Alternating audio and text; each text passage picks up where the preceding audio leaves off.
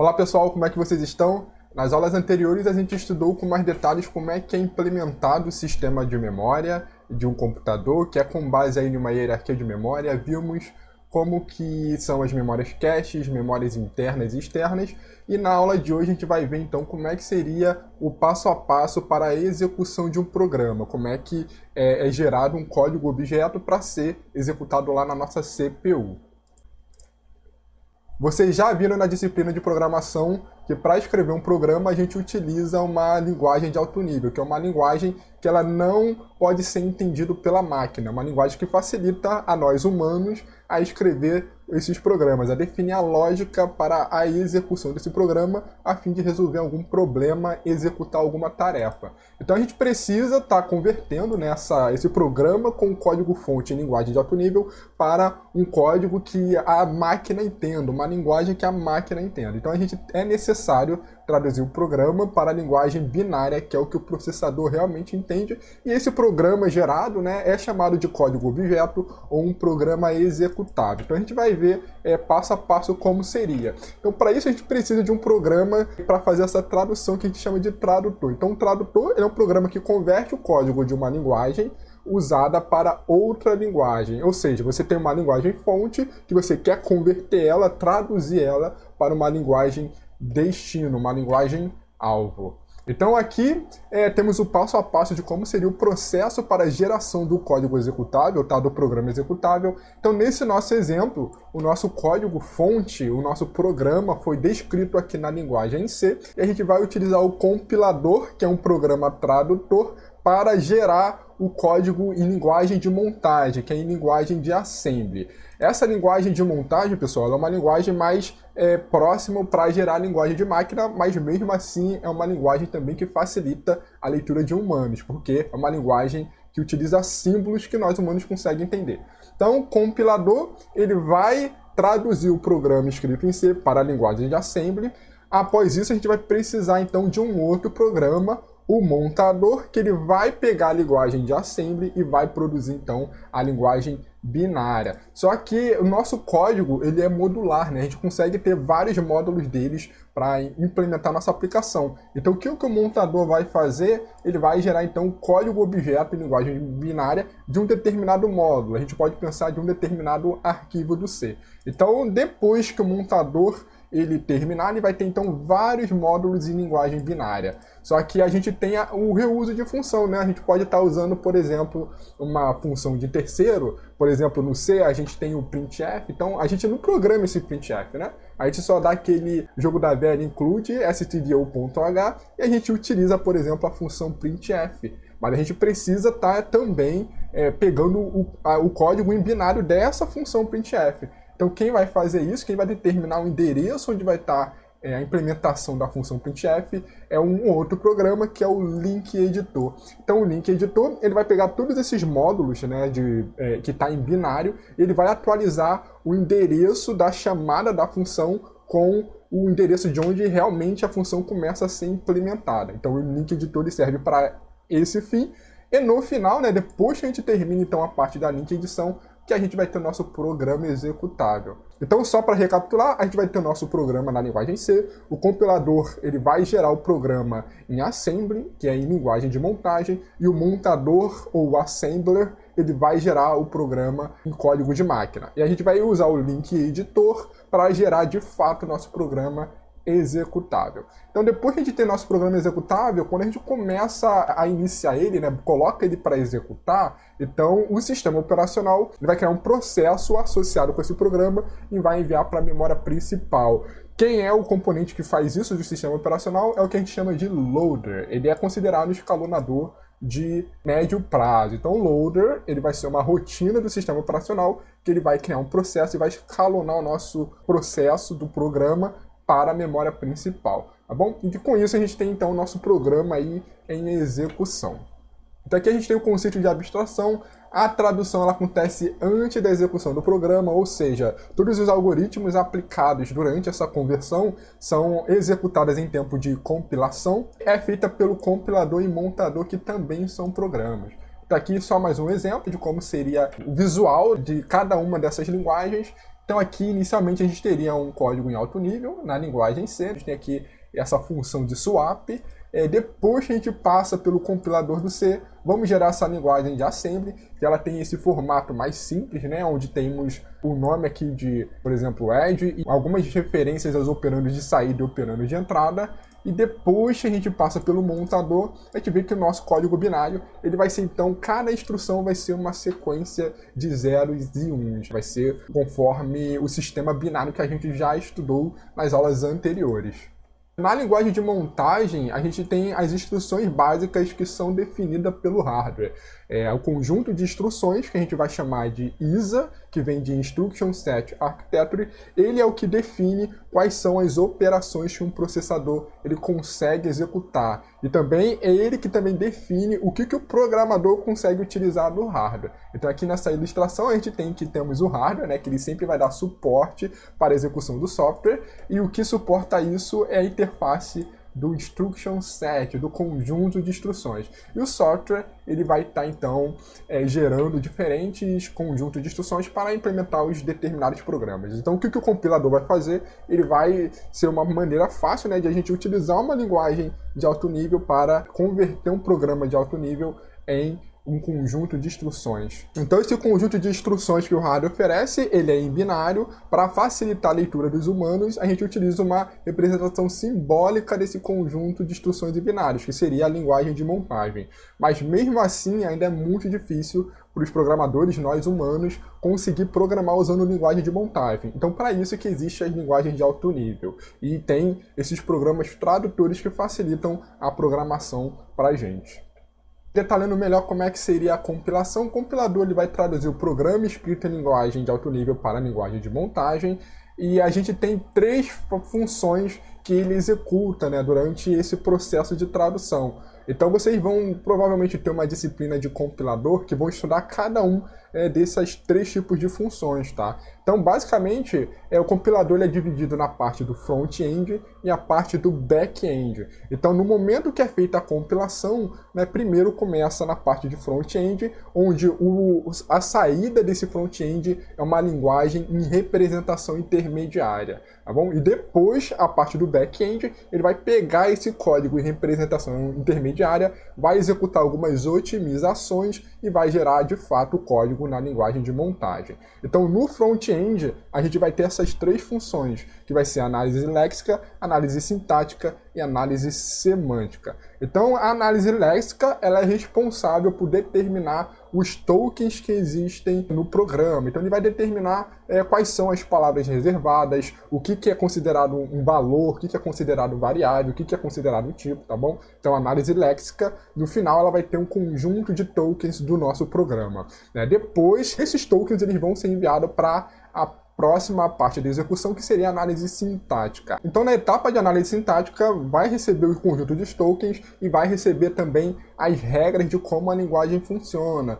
Como, por exemplo, no C, a gente tem que toda linha ela tem que terminar com ponto e vírgula, a gente tem uma estrutura para fazer as condições de if, as condições de while, a condição de for, né? Então vai ser checado se o programa ele foi escrito e está atendendo às regras da sintaxe do programa de alto nível que está sendo utilizado. Então na parte da análise sintática a gente costuma utilizar conceitos que a gente vê em teoria da computação, em linguagens formais. Então normalmente na análise sintática é utilizada uma gramática livre de contexto em conjunto com uma gramática de atributos, que ela serve para implementar a parte da análise semântica. A análise semântica, ela verifica a questão dos tipos, as questões se é possível fazer determinada operação ou não, né? Se é possível, por exemplo, fazer uma operação com uma variável do tipo inteiro com uma variável do tipo string, ou uma variável que é um inteiro com uma variável do tipo array. Então ela verifica essas questões, essas regras semânticas. Então são utilizados conceitos de teoria da computação, e como saída da análise sintática, em conjunto com a análise semântica, a gente tem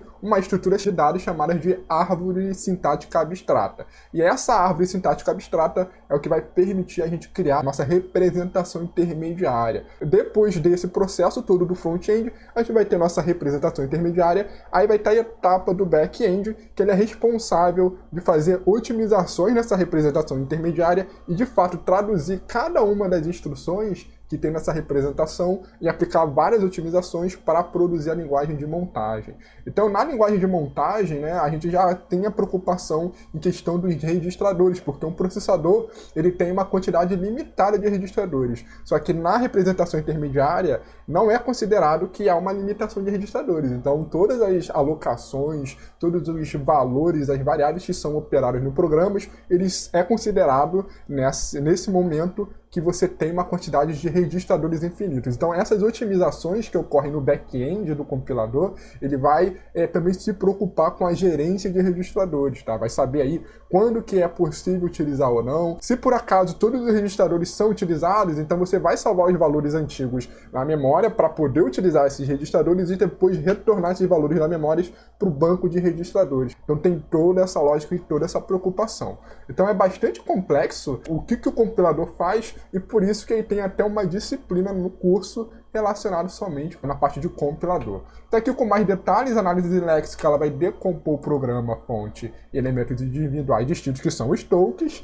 que ele verifica se estão de acordo com as regras da linguagem em relação às variáveis, por exemplo, né, os tipos, se é um tipo que existe mesmo.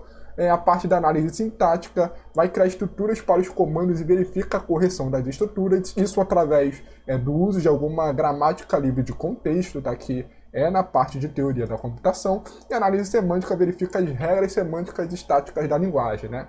Que por exemplo, se pode ter uma operação de soma com um tipo de array com um float, um inteiro, tá bom? Então ele verifica essas condições. Sempre quando a gente fala de compilação, a gente também lembra de interpretação. É muito comum a gente ter linguagens que são compiladas e linguagens de alto nível que são interpretadas. Então aqui a gente tem essa diferença, tá? Que tradução poderia ser compilação, tá bom?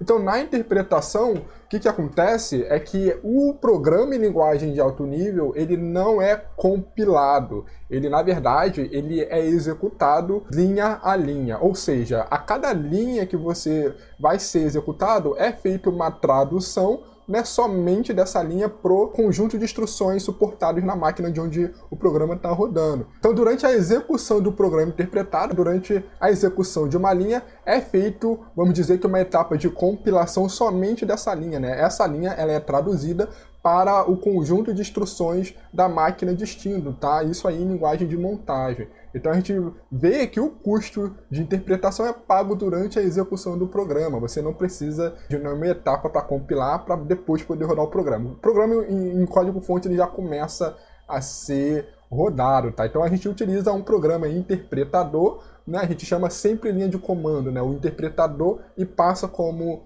entrada para o interpretador o código-fonte que a gente vai querer executar. Então, na interpretação, a gente tem que o loop tem que ser traduzido de novo em cada interação. Então, isso aqui seria um dos grandes overheads que se tem, né? Você, a cada loop, por exemplo, você teria que fazer novamente a tradução. Você teria que fazer a compilação dele, vamos dizer, a tradução dele linha a linha, e você executar cada passo. Então você tem como contra da interpretação é o tempo de execução, que ele é muito mais lento do que uma linguagem compilada. Agora, já na tradução, que seria a linguagem compilada, por exemplo, a tradução ela é aplicada ao programa inteiro e é criada uma nova versão do programa. Então, o programa, muitos utilizados são traduzidos. Ou seja, utilizando uma linguagem compilada, você primeiro vai ter uma etapa de compilação, onde você vai gerar o programa executável. Então, esse programa executável, ele já é um programa em código de máquina, tá? Ele já é um programa com a linguagem binária que a máquina vai entender. Então a gente só coloca no sistema operacional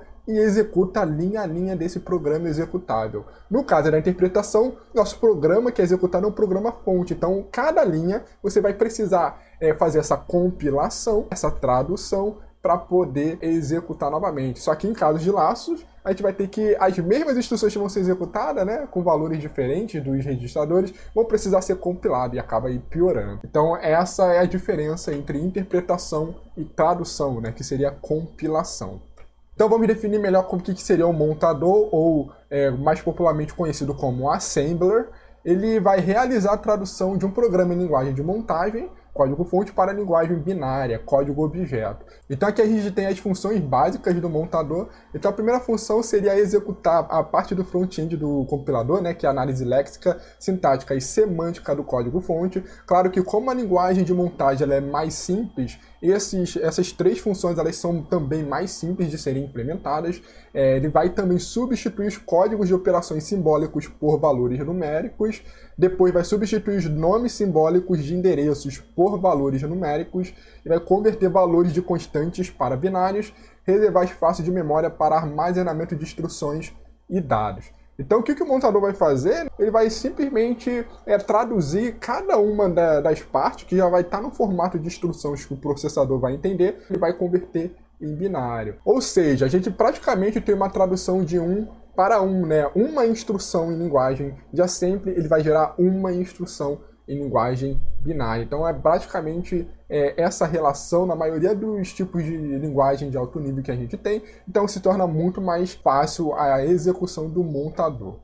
Seria uma linguagem de montagem, ela é uma linguagem de programação que está a um passo de distância da linguagem de máquina. Então normalmente cada instrução da linguagem de montagem é traduzida em uma instrução de máquina pelo montador. Tem essa relação 1 para 1. Então a linguagem de montagem pura, cada instrução vira uma instrução de máquina, correspondência de 1 para 1. Simbólica é mais fácil para humanos. Então o que acontece? A gente diz que a linguagem de assembly, ela cria um mnemônico para o código da instrução que o processador ele suporta. Então, em vez de a gente ter que se preocupar de criar um conjunto de zeros e uns, por exemplo, para fazer uma adição de 2 operandos, a gente utiliza uma instrução chamada de add para fazer isso, que é muito mais fácil e visível para nós humanos. A gente vê que a linguagem de montagem ela é muito simples e fácil de ser traduzida. Alguns processadores costumam criar o que a gente chama de pseudo-instruções, que é uma instrução na linguagem de montagem que no momento que ela ocorre a montagem dela, ela vira mais de uma instrução em linguagem de assembly. Ou pode ser também somente uma instrução em linguagem de assembly, em linguagem de máquina no caso. Bom, uma pergunta interessante é, então, por que a gente utiliza o assembly, a linguagem de montagem? Por que a gente não compila diretamente lá da linguagem de alto nível para a linguagem binária? Então, primeiramente, é que os acessos ao recurso de hardware são oferecidos por meio dessas linguagens de assembly. Tá? Eles oferecem acesso a todos os recursos. Então, isso facilita a implementação, por exemplo, de sistemas operacionais. Se a gente for ver sistemas operacionais, eles normalmente são criados com base em uma linguagem de alto nível, mas tem certas coisas que precisa estar acessando propriedades do hardware, então são utilizadas linguagem em assembly. Então imagina, você é um programador de sistema operacional e tem que utilizar um conjunto de zeros e uns para programar um programa mais restrito, né, para acessar algum hardware específico da arquitetura. Seria muito mais complicado. Também tem a questão do desempenho, que se a gente fosse fazer essa compilação direta da linguagem de alto nível para a linguagem binária, você ia requer muito tempo e provavelmente não seria possível desenvolver algoritmos eficientes para isso. Então lembrem, né, que o que permite essa geração do compilador de tradução de uma linguagem para outra são os algoritmos desenvolvidos na área de teoria da computação, área de linguagens formais. Então, por isso que existe, primeiro, essa representação simbólica para a linguagem de assembly, para que seja mais fácil a gente utilizar aí as gramáticas livres de contexto, por exemplo. E, por fim, né, a gente tem um montador que é muito mais simples que um compilador. Ele consegue fazer diretamente, convertendo aí o programa em linguagem de máquina. Então, por exemplo, vocês podem ver na linguagem C, né, que normalmente a gente utiliza o compilador GCC, que ele vai pegar o nosso programa em C e vai produzir já o código executável. Ou seja, dentro do compilador GCC, ele já tem seu próprio montador. E a gente nem vê isso, né? A gente simplesmente compila o nosso programa e já gera o programa executável, porque é muito simples, é muito mais fácil implementar um montador separado do que em conjunto com o compilador. Também tem o esquema de ter representações intermediárias. Você ter uma representação intermediária no compilador, isso facilita que você consiga compilar o mesmo programa para diferentes arquiteturas de processadores. Você pode compilar para um processador do ARM, um processador do MIPS, um processador da Intel e diversas gerações de processadores da Intel, que a gente já viu, né, quando vimos a evolução de processadores, tem várias famílias de processadores Intel. Então também isso facilita a geração de código. Isso aí a gente consegue reutilizar grande parte dos algoritmos, ou seja, o front-end é sempre reutilizável para qualquer arquitetura de computador. O que a gente muda normalmente é o back-end para cada tipo de arquitetura. Então, por isso que são utilizadas as linguagens de montagem. Elas permitem você estar programando certas partes do sistema operacional, também facilita a reusabilidade do código, que acaba facilitando o suporte para diferentes arquiteturas de computadores. Outra questão é por que não usar Assembly, isso para a gente criar nossos programas, porque ele não é portável, ele é específico para uma arquitetura. Como eu dei em exemplo, utilizando C, a gente consegue compilar para um processador do ARM, um processador da Intel, um processador da IBM e assim por diante. Se a gente utiliza a linguagem de montagem, o nosso programa ele só vai rodar em um processador, né? Se a gente quisesse portar para outro, ia ter problemas. E também, utilizando a Assembly é mais difícil a gente debugar, dar manutenção e demora mais tempo para programar, né? O nosso programa ele fica muito maior, né? Se hoje em dia a gente já tem que programas em linguagem de alto nível escrito em C, eles já são bem maiores que, por exemplo, em Python, imagine escrever utilizando diretamente a linguagem de montagem. O programa ficaria inviável de ser mantido. A gente pode ter um meio termo, né, que é utilizando um Tune, né, que é como eu falei sobre os sistemas operacionais. E você pode utilizar programas de alto nível, na linguagem de alto nível, junto com Assembly. Então o C, inclusive, ele contém algumas formas de a gente estar incluindo o Assembly dentro do código-fonte em C. Então aqui a gente pode utilizar técnicas para otimização. Normalmente na área de computação de alto desempenho, a gente utiliza um passo de profiling, code profiling, para saber, por exemplo, quais são as regiões do código-fonte que demandam mais tempo, e a gente vai fazer uma otimização dela fazendo aí já diretamente Assembly. Quando a gente programa diretamente Assembly, a gente evita a etapa de compilação, fica mais rápido compilar e processar. Então aqui nesse exemplo, né, 10% do código executa em 90% do tempo. Então escrever apenas esses 10% em Assembly e os outros 90% do código seria em linguagem de alto nível. Então essa aqui é uma estratégia aí para você aumentar o desempenho e existe principalmente para sistemas operacionais, né, utilizam esse meio termo. A gente tem que, numa linguagem de Assembly, né, a gente vai ter diferentes elementos. Uma sentença na linguagem de montagem, que seria cada linha dessa linguagem, que é correspondente a uma instrução, ela possui os elementos típicos como as labels, os mnemônicos, as referências operandos e os comentários. Então a label normalmente é utilizada para referenciar um endereço de memória. Então, para implementar laço, a gente sempre determina o endereço de uma label e a gente executa as instruções linha a linhas e executa uma instrução que vai fazer um jump para a label acima. Então, as labels são importantes utilizadas nesse sentido. Os mnemônicos são a forma simbólica de uma determinada operação que o computador suporta. Então, por exemplo, instruções de adição, a gente tem o mnemônico de add, instruções de subtração, o mnemônico é sub. Multiplicação, o mnemônico seria multi. As referências operandos são quais são os identificadores dos registradores que são utilizados e os comentários, né, como em qualquer linguagem de alto nível a gente consegue estar escrevendo. A gente sempre utiliza de alguma forma, como por exemplo no C, a gente utiliza 2 barras para começar a escrever algum comentário. Então, como é que seria o primeiro passo do montador? Ele vai converter identificadores e símbolos utilizando lá análise léxica, que ele vai ter a geração de tokens. Então, por exemplo, ele vai trocar as labels pelos respectivos valores, tá? Isso aqui seria o valor da memória que essa label está identificando e vai eliminar os comentários. E vai fazer isso através do uso de uma tabela de símbolos. Então, a parte da análise léxica, a implementação é por meio dessa tabela de símbolo, onde ele vai ter cada palavra da linguagem de Assembly referenciada a algum token. Então, uma tabela hash, por exemplo, que ela vai estar sempre identificando um token para determinada sentença da linguagem de montagem. Então, no segundo passo, a gente vai ter, então, essa tabela de símbolos que vai ser utilizada para gerar a linguagem de máquina. Então, para cada um dos tokens, a gente vai ter uma representação do sistema binário. Então, a gente vai ter uma sequência de bytes que compõem o programa. Então, é possível fazer tudo isso em um único passo, com vários algoritmos eficientes que já foram desenvolvidos até hoje. Então, aqui agora vamos falar sobre o Linked Loader. Então, muitas vezes usamos funções que não são implementadas no nosso programa. Como eu citei como exemplo, no caso da linguagem do C, a gente tem o printf, temos o scanf, e utilizamos sempre alguma função que a gente não implementa, ou seja, essas funções são implementadas no sistema operacional. Então, onde está o código para essas funções? Código-fonte ou binário? Onde que isso fica localizado e como elas são chamadas? Então, quem é responsável de estar identificando o local onde essas funções são implementadas é o linker, né?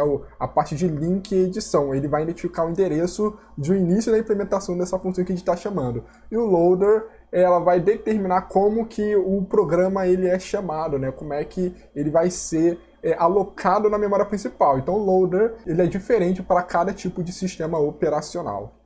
Então aqui a gente tem um exemplo de como seria uma estrutura do código objeto gerado pelo montador. Então lembrem, né, que cada programa, né, cada código fonte do nosso programa, ele vai gerar um módulo em código objeto. Eles vão ser utilizados como entrada para a etapa de link e edição. Então aqui a gente tem um exemplo, tá, pessoal? Isso varia conforme o programa, né? A linguagem de alto nível varia com a implementação do compilador e sistema operacional. Então aqui de baixo para cima, né, a gente tem um campo de identificação, que ele vai ter o nome, data e o tamanho do arquivo. Temos aqui um ponto de entrada para a tabela de símbolos, que foi feito lá na etapa de análise léxica. Temos uma tabela de referência externa, que ele vai conter quais são os símbolos utilizados para o módulo externo, que vai ser utilizado para armazenar o endereço dessa chamada de função.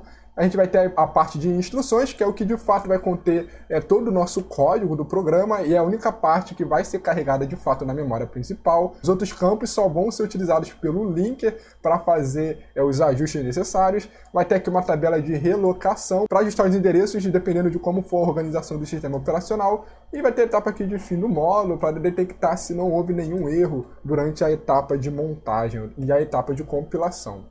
Então o linker ele vai juntar todos esses módulos, que vai ser dados e funções já traduzidos em linguagem de máquina, em uma única unidade executável. Então no Windows a gente tem que os programas executáveis são aqueles que terminam com .exe, né? Tem a extensão exe. No Linux é muito mais variável, né? A gente pode colocar qualquer extensão, e isso só muda na forma como a gente inicializa nosso programa, como é que a gente executa o nosso programa lá via terminal. Então, cada módulo ele vai começar no endereço virtual 0, eles vão precisar de endereçamento global consistente e o link ele vai resolver esse problema. Então, atualmente, pessoal, os sistemas operacionais eles implementam qualquer tipo de passo na memória principal utilizando o conceito de memória virtual. Então, utilizando a ideia de memória virtual, cada processo, cada programa, ele vai enxergar que somente ele está na memória principal, ou seja, a memória principal é reservada somente para ele. Então isso facilita porque todo o início do programa ele começa no endereço 0. Então todo programa ele vai enxergar que a memória é para ele e eles vão começar no endereço 0. Então vai ter um componente de hardware e uma parte do sistema operacional que vai ser responsável de fazer o mapeamento de um endereço virtual, né, um endereço na memória virtual para um endereço na memória física, tá? Então vocês vão ver com mais detalhes quando tiverem a disciplina de sistemas operacionais como é que é feito esse mapeamento. Então todos os programas eles enxergam que vão ser mapeados de uma memória única para ele, né? Mas só que o sistema operacional ele vai manter vários programas alocados na memória. Então ele vai ter vários dispositivos aí que vai auxiliar nisso, né? A parte de gerência de memórias. E também o conceito de memória virtual se estende de você também utilizar parte do disco, né, o disco rígido, para usar como memória principal. Então a gente consegue ter uma quantidade de memória virtual maior do que a gente tem disponível de memória principal no nosso computador. Então aqui a gente tem uma ideia como é que seriam as tarefas do linker. Então aqui nesse nosso exemplo a gente tem algumas instruções. Então primeiro a gente vai ter uma instrução de call B. Esse call ele é o mnemônico de uma instrução da linguagem de montagem, tá? Linguagem de assembly, onde ele vai fazer a chamada de função com o nome B. Então esse B ele vai representar o endereço de onde essa label, nessa função foi implementada. Só que nessa etapa aqui de montagem, a gente não sabe qual é o endereço de B, tá? Porque B é uma referência externa e a gente tem que procurar olhar outros códigos, outros módulos para saber qual vai ser o endereço de B de fato. Então, linker ele vai ser responsável de substituir esse B por algum valor da memória que ele precisa ser chamado. Seguindo nesse nosso exemplo, a gente vai ter uma tarefa aqui de mover B para X. Novamente, a gente não sabe o que é X, tá? E aqui na última instrução, no endereço 0, a gente vai ter um branch para o endereço 200, né? Que ele vai fazer essa execução, né? Então ele vai mover aqui para o endereço 200 e vai executar a instrução de move P to X. E a gente não sabe também o que é o X, né? A gente vai ter que precisar do linker resolver isso para a gente. Então, continuando, né, como é que funcionaria. Então aqui a gente tem todos os módulos desse exemplo. A gente viu lá como é que é o módulo A, então a gente vai ter o módulo B, o módulo C e o módulo D. Então, cada função a gente pode imaginar que ela é um módulo, né, um código objeto, que isso facilita a gente fazer as tarefas do link. Então, os módulos eles vão ter espaço de endereçamento criado em zero. Então, reparem, né, que todas essas funções A, B, C e D, elas começam no endereço zero e ocupam diferentes tamanhos de endereço em relação à quantidade de instruções que cada módulo tem. Então, no momento que a gente for fazer um call B, lá no módulo A, ele vai ter que referenciar o endereço 0 do módulo B. O módulo B, consequentemente, ele vai ter aqui um branch lá para o endereço 300. O endereço 300 ele vai fazer o move que está no registrador Q para a referência X, que a gente também não sabe quem é essa referência. E mais para cima a gente vê que ele vai fazer um call para o módulo C. Então, novamente, né, esse call C ele vai ter que atualizar com o endereço da primeira instrução da função C. Né? E, consequentemente, a função C também vai chamar um call D, e esse call D ele vai ter que atualizar com o endereço do módulo de D. Tá bom? Então, isso aqui mostra como é que funcionaria essas tarefas do linker. Então, o primeiro passo do linker seria construir a tabela com todos os módulos e seus tamanhos, para ele conseguir determinar o endereço máximo que cada módulo teria. Ele depois vai associar o endereço inicial para cada módulo, considerando somente como uma única memória e os endereçamentos em relação ao endereço base. Então, no nosso exemplo, o módulo A ele tem um tamanho de 400, ou seja, ele vai começar no endereço 0 e vai até o endereço 400, e o endereço inicial dele vai ser mapeado em 100, tá? Então, na memória principal, em um endereço físico, podemos dizer assim, começaria de 100 até 500. Já o módulo B, ele tem o tamanho de 600, ou seja, seu endereço físico, né, seu espaço virtual é do endereço 0 até 600, mas o seu endereço inicial na memória física seria então a partir do 500. No módulo C, ele também tem tamanho de 500, né, indo de 0 a 500, mas o seu endereço físico inicial seria a partir do endereço 1100, e no módulo D, ele tem um tamanho de 300, ou seja, vai de 0 a 300, mas o seu espaço físico, o endereço inicial no espaço físico, vai ser em 1600. Então, dessa forma, a gente atualizando dessa forma, a gente tem aqui que cada um desses objetos eles vão ser colocados consecutivamente na memória principal. Então, eles vão começar no endereço 100 e vão até o endereço 1900. Só que aí, né, depois que a gente reposiciona os módulos, a gente ainda não fez a realocação, né? A gente vai ter que atualizar todas as referências de chamadas de função. E a gente vai ter que atualizar os endereços das funções de branch. Então, primeiramente, vamos atualizar todas as referências. Então, essa primeira instrução do módulo A, ela tinha um branch para o endereço 200. Né? Como agora ela começou do endereço 100, esse endereço 200, lá do seu espaço virtual, agora está mapeado no endereço 300 do seu espaço físico. Tá?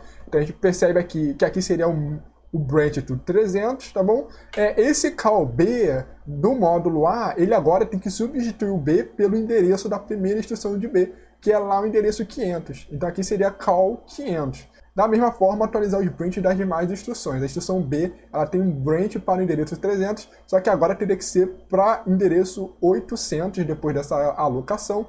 E o call C, ele teria que mapear aqui o endereço 1100, que é o endereço da primeira instrução de C. E assim por diante. Então é dessa forma que a gente quer que aconteça, né? Mas se a gente não tiver nenhuma tarefa do link, então como é que aconteceria, né? Então aqui sem fazer as atualizações das referências, a gente teria então que a instrução B ela vai mover para o endereço 300. O endereço 300 é dentro do módulo A, né? E todas as outras módulos, eles estavam com base no seu endereço virtual, no seu espaço virtual, eles moveriam para as instruções do módulo A, né? Causando um erro. Então depois que a gente atualizasse, a gente então começaria, no A ele moveria para o endereço 300, o B, né, o branch dele moveria para o endereço correto, né, que é o endereço 800, o C ele ia mover o endereço correto que está lá no endereço 1300 e o D ia mover para o endereço de 1800. E assim seria corrigido, né, seria atualizado os endereços bases de cada uma das referências. E reparem também que no call, né, ao invés de usar a label, né, call B, por exemplo, a label B, a gente utiliza o endereço do início da instrução do módulo B. Então o módulo B ele começa em 500, então a gente substituiu aqui no módulo A. O módulo C ele começaria aqui ó, em 1100, o módulo D começaria em 1600. Então é essa que é a tarefa do linker, né? Ele vai observar várias funções e módulos diferentes e vai atualizar os endereços das referências, considerando que eles vão ser alocados em conjunto na memória principal. Então essa é a importância do linker. Então vamos ver como é que seria o loader. A gente tem que o programa ele não sabe sua localização na memória principal. Isso quem vai decidir vai ser o sistema operacional, de acordo lá com alguma política que ele implementa para a parte de gerência de memória. Então enquanto ele for executar, o programa ele pode mudar de lugar, ele pode mudar a sua memória virtual. Isso é na perspectiva do sistema operacional, porque o sistema operacional ele está sempre realocando programas, né? Então, se você tem um programa muito ocioso, ele pode pegar esse programa que está ocioso, né, o processo desse programa, e salvar no disco, para você ter espaço para os programas que estão querendo ser usados. Então, tem constantemente essa mudança de endereços de onde o programa está localizado. Então, é necessário converter o endereço virtual para um endereço real. A gente não vai estar entrando em detalhes como é que é o funcionamento, tá? Essa parte de gerência de memória de sistemas operacionais é bem complexa. A gente tem algumas técnicas como, por exemplo, paginação e segmentação. Atualmente, os sistemas modernos eles utilizam essas duas em conjunto de alguma forma, e para utilizar tanto segmentação e paginação também precisa de suporte dos processadores, só que no nosso curso a gente não vai ter tempo de ver isso, já uns conceitos mais avançados. Então, só para vocês entenderem mais ou menos como é que é a ideia, a gente, por exemplo, né, tinha que o nosso módulo A, ele estava começando no endereço 100, né? Ele começou no endereço 100, então aqui depois da realocação, ele passou então a começar no endereço 400. E a partir do momento que ele foi realocado para ocupar o endereço 400, todos os outros módulos eles andaram também aí mais 300 endereços. Então todo mundo aumentou 300 endereços no seu endereço base. Então com isso há necessidade de você trocar todas as referências do programa. Então, se a gente for ver, o primeiro branch, né, lá do módulo A, ele ia para o endereço 300. Então ele teria que ser atualizado para passar aí agora para o atual endereço, que é o endereço 600. Todos os módulos que foram realocados, eles também vão precisar atualizar as suas referências, tá? Então essa é o que o loader faz também, uma das tarefas do loader. Então aqui a gente tem uma comparação entre o código executável e o programa em execução. Então a gente pode ver aqui que o nosso programa, ele quando é alocado lá na memória principal, ele é composto de algumas estruturas de dados, dependendo como o sistema operacional enxerga ele. Então normalmente o que a gente vai ter? A gente vai ter então 4 regiões, onde uma região vai ser o que a gente chama de região de pilha. Então essa região de pilha ela é utilizada para armazenar as variáveis locais. Então sempre quando a gente vai ter uma chamada de função, a gente vai estar alocando as referências dessas chamadas na região de pilha. Então cada variável, cada função, ela tem a sua própria variável local. Então essas variáveis vão estar nessa região de pilha. A gente tem uma região aqui de dados. Essa região de dados normalmente é para armazenar as variáveis globais e as constantes que são definidas no nosso programa. A gente vai ter a região aqui que chamou de programa, né, que vai conter o código-fonte. Então esse código-fonte ele vai ser lido pelo processador e vai ser processado seguindo a execução do programa. A gente vai ter aqui, nesse nosso exemplo, aqui uma região para controle do processo, que é utilizado aí pelo sistema operacional. Então aqui a gente tem um exemplo, e normalmente os endereços eles começam de cima para baixo, então ao invés de a gente começar o alocamento, né, com o endereço 0, ele sempre vai começar com o endereço final. Por exemplo, de uma arquitetura de 32 bits, ele vai começar lá no endereço de 4 milhões, mais ou menos aí 4 gigas, por exemplo. Então ele vai decrementando. Isso aí é dessa forma por motivos históricos. Já desde os primeiros sistemas operacionais que você tem essa convenção de alocar sempre nos endereços de ordens mais altas e você vai decrementando. É comum que os primeiros endereços da memória principal são reservados para uma região de kernel, que é uma região privada do sistema operacional. Então, no momento que a gente tem o nosso programa com código objeto, no momento que a gente aloca, essa região do código ela vai ser de fato alocada na memória principal, e a gente vai ter a região ali extra de pilha, que vai ser utilizada para alocar os valores de fato de cada instrução de variável local. A gente costuma também ter uma outra região de memória, que não está nesse exemplo, que é a região de memória de heap. A heap normalmente é utilizada para a gente implementar objetos dinâmicos, estruturas de dados dinâmicas, né? Como, por exemplo, objetos, que é comum nas linguagens de orientação a objeto. Vocês devem ver mais em sistemas operacionais essa região aí da heap e entender como é que é o funcionamento dela. Durante a execução de um programa, é comum a gente ter o conceito de Dynamic Link, que é uma linkagem dinâmica. Então, como muitos módulos eles estão presentes em diversos programas que podem estar rodando no sistema operacional, isso causaria muita replicação e exigiria um alto consumo de memória, né, para cada vez que a gente fosse alocar o programa. Então, o que é comum é utilizar essa técnica de linkagem dinâmica. Então, qual que é a ideia? A ideia é a gente carregar um módulo uma vez na memória e fazer a ligação com cada programa dinamicamente, ou seja, somente se o programa ele for executar uma instrução correspondente a esse módulo que ele precisa. Então, nesse momento, o sistema operacional ele vai identificar onde é o endereço base dessa função que você está querendo ser chamada, né? Dessa função que você quer chamar. Então, e se o módulo não estiver presente, aí vai ser um problema com portabilidade, vai dar um erro, provavelmente o SO vai matar o processo, vai parar a execução do programa. Então, vamos ver um exemplo de linkagem dinâmica implementada pelo Windows.